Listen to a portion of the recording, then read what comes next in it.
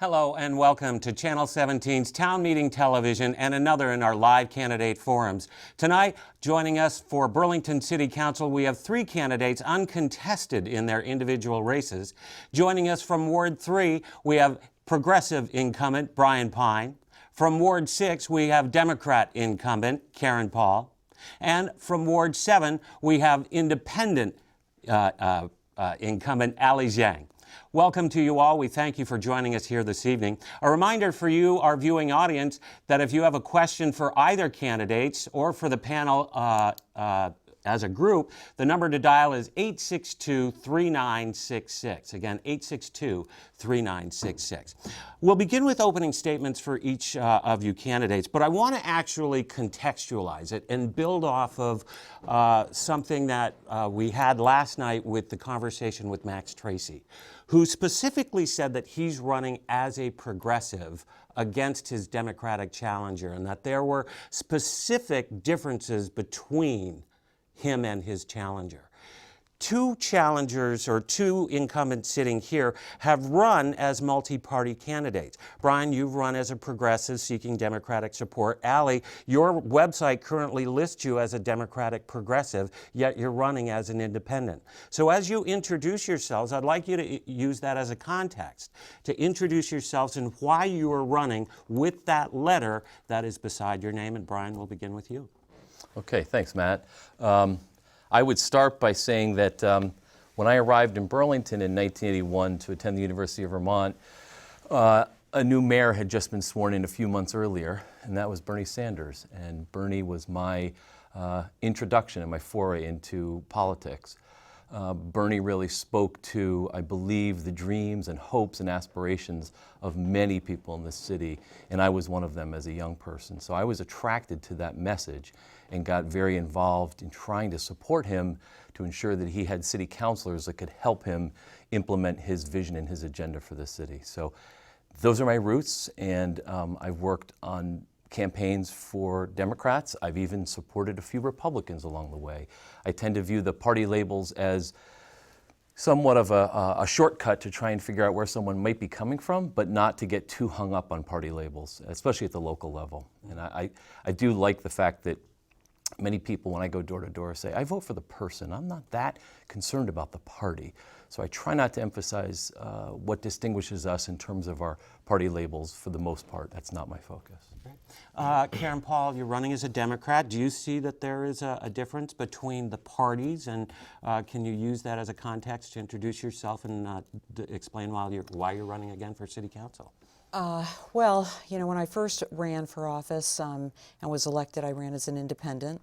And I think I ran as an independent at the time because I really didn't feel yet that, you know, until I really got elected, where my values and where the, you know, given what else was going on the city council, where I was more closely aligned. And I did that for some time, probably for half of the time that I've been on the city council, I was an independent. I have felt over the years that my perspective more closely aligns with the Democratic Party.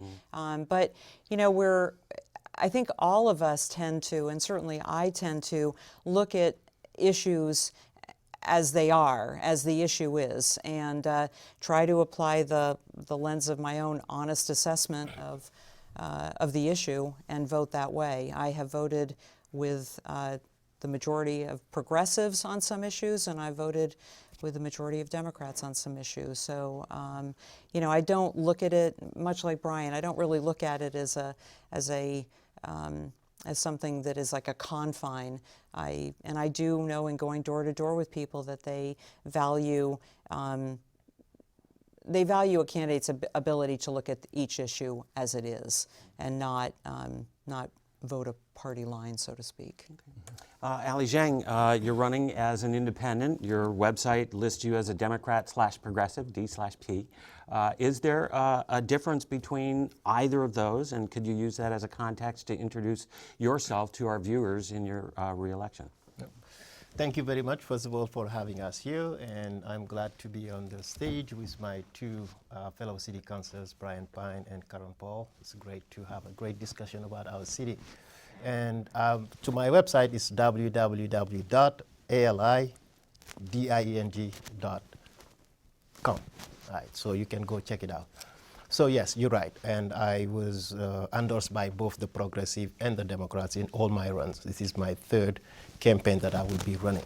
So I decided this time around to go as an independent because I believe that Burlington is too small to bring party labels into us. And sometimes, you see it play out at the council, really. 6-6 based on an issue, Progressive here, Democrats here. But I see myself as someone who is really an independent-minded. I just care about the people that I represent. I care about the city and try to serve it as much as I can. So you can hear it from my voice. I'm not from here. I'm immigrant, and I just got into politics for the first time June 27, 2017. Not even 3 years yet, but I feel that I like it, and thank you for giving me the opportunity to represent you for the city that we care so much. Very good. Thank you.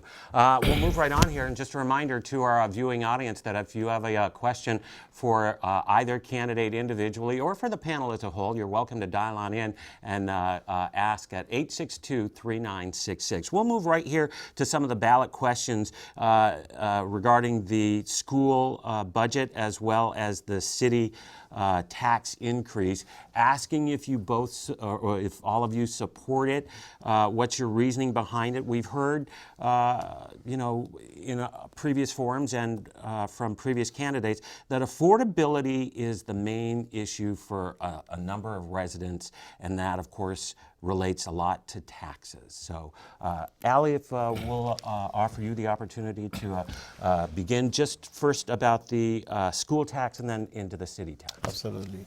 Thank you again for the great question, and I think it is an issue that people hear all the time across the city. Affordability is big, but I think it is important to point out that we need to get our priorities straight. And all of those ballot items, one is about education, the future generation, and the other one is about safety. I think those two are really integral part of what government should be doing. And I am also someone who worked for the Burlington School District. I see the teachers going above and beyond to their job responsibilities to get things done. We need to really raise kids who are capable in the 21st century of succeeding, and also making sure that the challenges of the 21st century are, being met by them. It is their future we're talking about. So therefore, I support both of those. I support the Burlington School District raise of taxes. I also support the public safety, ballot item that will be coming forward. And one of them is specifically for the New North End. If you think about it, we are over 11,000 people, bigger than many towns in the state. And yet we have an ambulance, and that ambulance don't have staff to run it around. I think it is important for all Burlingtonians to make sure that education of our kids should be at the forefront of everything that we do, and also everyone feels safe to bring their businesses here, to live here, to raise their kids in here. So yes, I support both of those ballot items.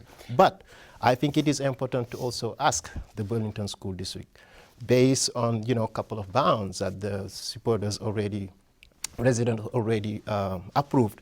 I think it is important maybe for them to go back and look into ways that we can save, and also for the Burlington School District and the city of Burlington to start to work together. Okay. Because, yeah. Thank you. Karen, your thoughts on the school budget increase and then the city tax increase. Do you support them both, and your thoughts on them? Well, we have a couple of different items that we're talking about. The first, as you say, the school tax increase.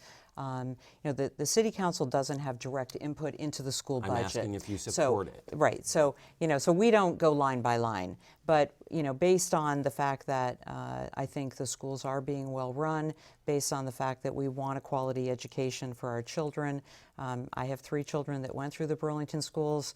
I went through the Burlington schools. My parents always voted for school budgets, even when it was difficult, because the increase was significant when I was growing up. And so I grew up that way, that's what you do. You support the schools. And I think that still holds true. you know, they have looked for reductions. Some of the reductions that they've made have been administrative, and they don't directly impact teaching, which I think is the way to go. So yes, the answer is I do support the school tax question, the budget increase. Yeah. As far as the others, the public safety tax, this is the first time in 15 years that we have asked for an increase in that line item in our tax bill. And as Ali has mentioned, not only the demographics, the size of the new North End, but also the changing demographics have necessitated that oftentimes ambulances from neighboring communities are taking calls that come from residents in the city of Burlington, because we really need a third ambulance. An ambulance costs $700,000. We need 9 firefighters to be able to take care of that ambulance. But I actually want to push back on this a little bit, if I can say. Do we actually need it? And here's the reason why. Because there is, in fact, this ordinance that says for every call, an ambulance has to go out and a fire engine has to go out. Is that overkill? Is that, too much? It just seems to me that that's too much, that then puts us in the position, that we have to have another ambulance and more staff. It feels like we came up with this policy and, now we have to serve the policy. And it feels that to me serving the policy means serving the people. And, I think people expect a very high, a very quick response time. Mm-hmm. I mean, that can be the difference between life and death. I don't think any of us would want to be in that position. And if we are relying on neighboring communities for that support, I think that it does go to say that we should be taking care of our own. It's a 3-cent tax increase. It's a one-time tax increase, and we are looking for ways to offset that.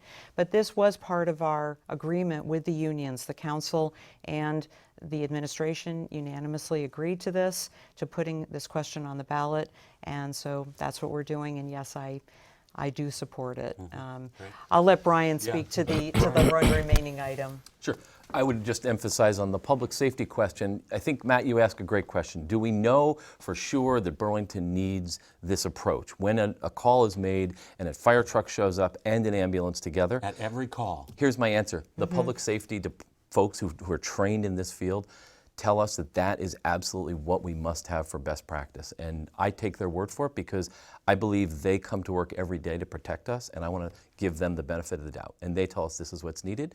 So if you also look at us in comparison to other comparable cities, we're about midway as far as coverage. So we're pretty close to, if you take X number of every 1,000 people, you have X number of officers, we're pretty close to average. So we're not overstaffed, really. Great, thank you. I appreciate that. Yeah. I thought that was a really great response, and it puts it in context for us.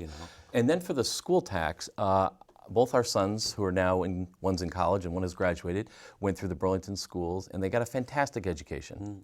I think you went through the Burlington schools. I went through the Burlington schools So with much less in funding and much less than the students have today. And I got a great education. But also, I want to point this out, that a lot of the education happened around the dinner table. My parents were actively engaged. My mother was a school board member and signed my brother's diploma. Wow. So it's not all unique, dependent on government. It has to really start in the home. Right, and what we've seen, though, is because of both parents having to work and single-parent households and new American families that don't necessarily immediately know how to interact in our school system, it's important for us to give all the support we can to give those children the best possible future. So I think we've had to adapt over time since the days when you were in Burlington schools. Things have changed quite a bit. This community is very different, very different. And so if I may, I want to continue this discussion, if we may have the permission here. I know we're not the school board, but as city council members, can't you sort of put an edict to the school board to say, come up with the new 22nd century teaching model that isn't using a 17th century model of busing students to a central location. We're living in the 22nd century of technology where the computer that I have in my phone, in my pocket, out shines whatever was around when I was growing as a student to the Burlington school system. To me, the new 22nd school system is more about dialing in with this technology from your location to a central teacher rather than being bused to a central Well, I think what we're location. going to see is this gets into a whole different conversation because it's education related and we are city councilors. But can't I you would put say this edict to we this- as city councilors have made it clear to the school board that the taxpayer only has so much ability to pay. 68% of our households are income sensitized. Only 58% of renters file for the renter's rebate. More renters need to know about that rebate because rents are related to taxes. And so we have a disconnect for people, but we do have a significant, over 2/3 of our homeowners are income sensitized, which means even though there will be an increase, it'll be a lot less of an increase than it would be otherwise. So we made some progress so that school taxes are pegged to income up to a certain point, and that's progress. We have to acknowledge that funding our education through a tax that doesn't reflect ability to pay is wrong, and that's the fundamental problem. So places that rely on the property tax, which as you age, a property tax eats up more of your income, makes it harder for you to justify voting for the school tax. I have senior citizens in my ward who own their home and say, if I vote for this, I will have to leave my home. I'm going to vote against it, and they don't like it. So that's where we've got people in a really difficult place. And So what's the solution? I mean, Allie, let's give you, So continue the conversation. I think this, because it's education. an affordability issue is. that you just Absolutely, talked about. absolutely. And I think you had a great point. Education of the 21st century is no longer education around just a classroom and a teacher. We need to think outside of the box. But in Burlington, we had a chance with the Partnership for Change to start something great, something wonderful, and we looked into proficiency-based learning, place-based learning, proficiency-based graduation, and I think that work requires also some type of partnership with universities, with colleges, with transportation, and so many. And something that resulted to it, and I think they're doing great work, the City Lake semester, and I think, it's just a couple of teachers who want to think about education differently, who now have this space at the Association African Living in Vermont, Old North End, community room. And, they take kids outside of the classroom to give them real lifelong learning opportunities. And I think we need to tap into that. Right. That's true. I mean, and that took about 2 years in order, maybe a little bit longer than that, in order for a very dedicated group of adults who wanted, some of them teachers, who really wanted to have offer students a completely different learning opportunity, and it has been enormously successful. Well, and- but the idea, excuse me for just, sorry, please. but the idea of that was to find a model that worked and to be able to do more of them. I mean, they only have 20 students, I think, per semester, But what's and they have a really- waiting list. What's really interesting about this is that when I went to school here in the Burlington school system, Fair School, Fen Ryder was just an amazing principal. Everyone who knows him knows. And that teaching that they instituted was, when I was in 4th grade, we got to pick our own field trip. So I went to McDonald's, as a 4th grader, and I got a trip to the local radio station, which at the time was WDOT. I went to work at McDonald's as my first job in high school, and I've been in radio and television since. So what you're talking about, it's great, but it's been around, and when did it disappear that now it has to come back is sort of my question when I look at this. But we'll move on here. Absolutely. And we'll move on to some things on the ballot or specifically related to our city assets. We had a lot of questions about this last night, and we're not going to rehash old city assets that have moved away. But we do have some city assets right now that are on our plate, Memorial Auditorium and Moran. And I'm very specifically interested in what you think should happen to both of these. I even want to hear blue sky from each of you, okay? Let's think highest use, and then give me what you think is practical. And Karen, we'll begin with you on this. Okay, well, as far as Memorial, so we'll start with Memorial. The history there is a little bit shorter than with Moran. Moran goes way back. But as far as Memorial is concerned, I think the community has spoken loud and clear about what they would like to see with Memorial Auditorium in terms of it being a vibrant public space. And I am 100% committed to that. Keeping it. To keeping it publicly owned and keeping it a community asset, and open to the public as much as humanly possible. Renovating the whole block and making a new civic center with that as a cornerstone. What is the big idea? Well, I mean, that? I'm not really crazy about the whole concept of civic center. I think that sort of conjures up ideas of having all these big events that perhaps are a little more exclusive than inclusive. Well, let me give you just a thing about that.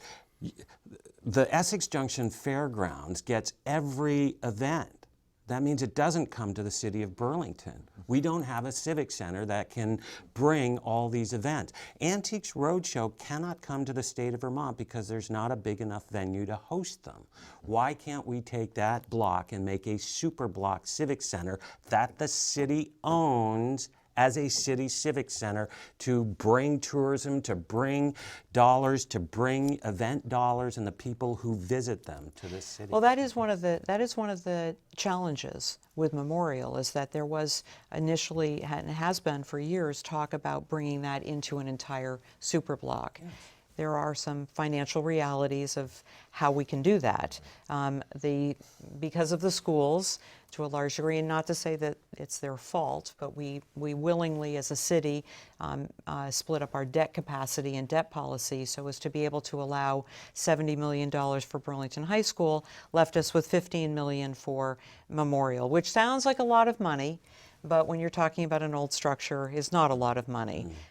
So we are looking to find an operator, which I think is a great idea. Find someone who's much better at this kind of work than we are, just like we do with other city assets, and come up with a programming plan that makes it viable, but also makes it accessible to the community. And I think we can do that. And Moran, we see some increases in Yes. Cost. Can you talk about that and your thoughts and what you'd like to see? As far as the cost increase, I mean, well, the council was told last summer that $5.6 million, which is the amount that we have for TIF funding, TIF funding, would accomplish our goal of the Moran Frame project. We've since found out that it's more expensive than that due to things that are on the structure and around the structure in terms of remediation. And so that's a couple $1 million more. It presents us with a couple of options in terms of phasing in how we do and eventually accomplishing the goal of the Moran Frame, which includes partially demolishing the building. Or we could demolish the building and have a park that incorporated pieces of the Moran plant in it. And there are some complications with that because you can only use TIF funding for the demolition. What do you want? What do I think? What do I want? What do you want? Well, what I'd like is probably not either one of them. I would love to see Moran stay as it was, but that's not something that's probably grounded in reality. We had a meeting about this, Ali and I were both there. I did not make a commitment in terms of what I thought was the best outcome. I'm hoping to find out from constituents how they feel about it. And my concern is just simply that sedo has so much on its plate. In order to make it workable, to keep the Moran frame, there is going to need to be additional funding, and we've got to come up with that without it impacting the taxpayer. So, Brian, I'm obviously very passionate about Moran due to a family relationship and an idea I have for it. Your thoughts about Moran, where it stands now with this challenge going forward about, do you do the additional cost or not, leave as is, and then followed up with your thoughts about Memorial. Yeah, I've always believed strongly that Moran is an asset worth keeping, and I've never liked the idea of tearing it down, but that's just because I tend to prefer publicly owned buildings. We preserve them as best we can. At some point, though, there's a price tag that has to be looked at, and I think right now we are faced with a sticker shock If it was $500,000 over, I think we'd figure that out. But this order of magnitude is significant, so I think my preference is to really sharpen our pencils, bring in some people who really know how to do some value engineering, see if there's a way to scale back what we're doing and do what we intended to do, because we have a deadline. We actually need to do some work this year. Yeah. So we need to get work done this year, and I don't want to jeopardize the funding that's available so the taxpayer doesn't foot the bill. And the way to do that is to get going on the project and phase it the way Councilor Paul described. And then Memorial, just your Memorial, thoughts on I feel the same way about, but I still believe, I could be wrong, that there's a public-private partnership relationship that would leverage some more private capital to make Memorial happen. Again, not to look to the taxpayer to foot the bill for the whole thing. So I'm still hopeful that we can find a public-private partnership that would work. Great. Allie, your thoughts, Memorial Auditorium, a public-private partnership, you think, to ensure its longevity? Yep. And your thoughts about Moran and the cost increase? Okay. Thank you. And I think it's a great question. And again, it is about taxes, it's about money, it is about assets. But I think what is most important to not only think about these assets right now, but all the assets that we have. How do we make sure that we don't get here? Like how Memorial Auditorium is like right now. Assets, you have to strengthen them, keep them, make a lot of use of them for the future generation. Let's start to think that way. But I think it is important to point out, Moran plant, we are not going to ask for the taxpayers more money. We received a presentation. It was very thorough, and one of them is to tear it down. And if we tear it down, we will even have a $2 million back into our pockets. You know, we have another option, which is to just start the frame very slow, you know, and I think even that one we will have over time. You know, we will be able to make it the way that we want. How we envision it, we will be able to make it that way. And I think the current plan, as it is, the taxpayers also want to pick up the tab. They want to pick up the tab at all, because currently there is a relationship between the city of Burlington and another entity, you know, who is ready to help support whatever it takes for the city to maintain it. But it is important for the viewers, the voters of Burlington, that what we told you, it won't be more than $4.5 million, it won't be there. It doesn't matter what option that we go to, it is good. You're very safe there. But to Moran, I don't know which one is one again. Memorial Auditorium. That's all right. You know, I think it is important, again, to come back to the taxes again.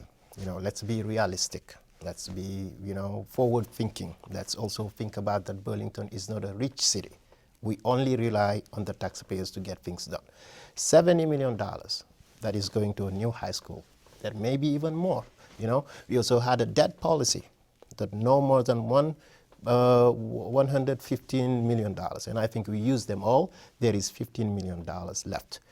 Personally, until we have a partner who is able to come and take the whole block, redevelop it, own it for certain times, 5-10 years, and then it will belong to the city. I think that is the way we need to think about this. And to even ask those 15, when we say we have a debt policy, it doesn't mean that we have to use the whole money. Let's make it stand as we can until we figure out what we're going to do with this high school. That is important. That's an asset. And then we can put our heads together in making something, having a vision for Moran Memorial Auditorium. Very good. We'll ask one more question before we have the candidates give their final closing statements or to talk about any final concern that they have. The question here is about sedo. We had just briefly brought this up, and so it's a great segue. sedo's undergone a lot of changes in the last few years. So what do you see the role of sedo, which is the city Economic Development Office? What do you see the role of the city in the future economic development of the city? And Karen, we'll begin with you. Well, I think a lot of the work that sedo has done, and sedo has done over a large number of years, has been amazing work. You know, I look at some of the most successful businesses in town that got either got information or a helping hand, or you know, had got connections through sedo to help build their businesses. You can go down Pine Street and find a number of them that came to Burlington and were greatly helped by the assets in sedo. A lot of the assets in sedo are the people. That's really what the assets are. I think sedo has had the last number of years have been challenging ones. And part of the reason they're challenging is because a lack of federal funding. The sedo of today is not the sedo of yesterday. And the sedo of tomorrow is not going to be the sedo of today. Right. So how do you envision the next 10 years for this? Well, I think, part of it also is that we need, we've had a lot of changes in leadership at sedo over the past 5-6 years. And I think that has made, there have been a number of reorganizations of sedo, which is hard. It's hard for the people that are working there. And the change in leadership, I think, is unsettling. And I'm hopeful that this new leadership will be around for a long time, because I think that really helps. I do remember the first year that sedo came to the city and needed money, general fund money, and that continues to be a challenge. We are going to have to be able to take some of the money that used to come from federal funds and pay for it locally. And I also would love to see a model whereby some of the successful businesses could also help. I don't want to finger point, but I think we all know some of the more successful ones that have been helped by sedo, and that would be wonderful to see them giving back some of what they've gotten from us. Right. So, we're all one community, so I think we should try to help one another in that way. Brian, your thoughts then for sedo and the next 10 years? What's the plan, and how do we help sedo succeed, and what's the challenges that the office and the city is going to face in economic development for the next 10 years? Well, I think that sedo's role has often been to be the catalyst to move ideas through sort of a idea factory, if you will, like a laboratory of ideas, and bring those to market and test them. And we, as a city, have benefited from that. What we have really focused on is growing our local economy, growing local opportunity, local businesses. In many cases, though, what would happen is people start out here, they incubate here, and then they go elsewhere. And we got to figure out how to capture and harness that economic vitality and keep it here. So we need to be thinking ahead around workforce development. We need to be thinking about tax policy. We need to be thinking about how to improve transportation resources. Everything needs to be on the table. And the Jobs and People was the original economic development study and therefore strategy that led to a lot of the work we did. It's in our plan to redo Jobs and People. It needs to be revisited. We need to look at our assets, look at our liabilities, look at the opportunities, and really think big. Well, I'm going to then ask you to expand on that as the final part of this question. What are your thoughts on the next 10 years for just commercial development in Burlington? What is the outlook? We've got a big hole. There are some other projects that are moving forward, some that are stalled. What is the economic development that you see for the city for the next 10 years? Do you want me to take that or give? Well, I'll Councilor Dieng? ask you to go, and then Sure. we'll continue around. I think it was couched in a way that is both. I think anyway, it was couched in the questions we were sent about bricks and mortar retail. Right. And I think that's So important that's to talk what I'm about. talking about. The next 10 years of, Yeah. How do you see the forecast for Yep. the next 10 years Absolutely. of downtown We can't have a healthy, vibrant city without a really strong downtown. That economic base, that cultural hub, the economic hub that Burlington serves us as a community really well, and it serves our region. It is an economic engine for the northwestern part of Vermont, big time. So we have to acknowledge that, and we need to constantly be aware of what are the changing dynamics that will keep us on that leading edge. The internet has definitely taken a hit from bricks and mortar sales. But what it can't ever replace, and I don't believe it will, is that unique shopping experience, that unique retail experience that you can only have in a place like downtown Burlington. Mm-hmm. So we need to bolster that. We need to support that. We need to figure out ways to. But does that mean actually building an attraction rather than just shopping to bring visitors into downtown Burlington somehow? I think part of it is building hundreds of units of housing in the core of downtown adds a group of customers that aren't there today. That's part of it. But that's still for So brick and mortar shopping, and I guess it's still going to have like a place. We're still relying on that. Are we? Yeah, I mean, the research shows that online sales are about 15% of all retail sales. People think it's through the roof. 15% hasn't budged much, so it's not budging a lot. So it does suggest there's certain economic activity that people must be there to see it and feel it.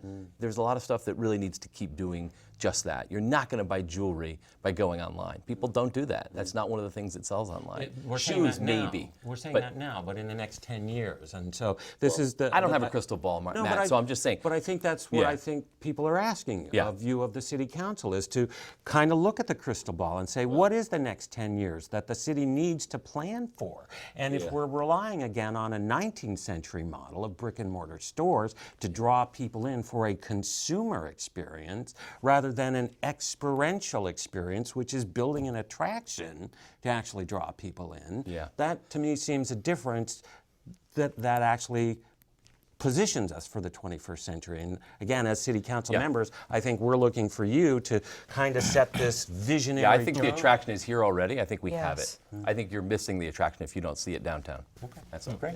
I would agree with that. I mean, people, we grew up here. I mean, we live here. People who visit here love Burlington. I agree. For all the things that we sometimes, may look at in a different way. But I mean, there are downtown businesses that are not getting my dollars because I just don't want to go there because it's a shopping experience. I can go to Walmart.com and get whatever I need. If I want to go down and have the ambience of what downtown Burlington offers, okay, but it has its flip side. So my question is the future of downtown Burlington's economic development only going to be relying on the brick and mortar retail establishment? You can say that the attraction is Burlington. I don't necessarily buy that because there are so many Burlingtonians who don't go into downtown Burlington to disprove that. So, yeah, I mean, I think it's two questions here. One, the role of sedo, the future of sedo, and also the other one is about. Well, we've finished the role of sedo, so now I didn't answer it. Oh, I'm sorry. Yeah. Sorry. And I think you would be a great city councilor too, because you participate. I think it's good. But to the future of sedo and what sedos should look like, I feel as if many people even mentioned it. We even received a couple of people showed up at City Council to just talk to us about tax base, to just talking about. sedo has become an office that's really focused on development. Yeah, that's a fact. But I think a couple of other ideas that they do, such as diversity, equity, inclusion, all of those are great. The partnership between the city and the high school, students, I think all of those are good. And now minority leaders of color are getting together through sedo. I think all of those are good.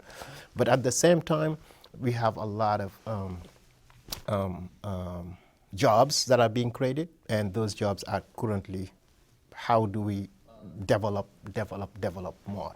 I think the role of sedo need to change. We need to bring some weatherization into it, micro business. We need to, help new Americans. We need to do so more and just pause on development a little bit so we can breathe.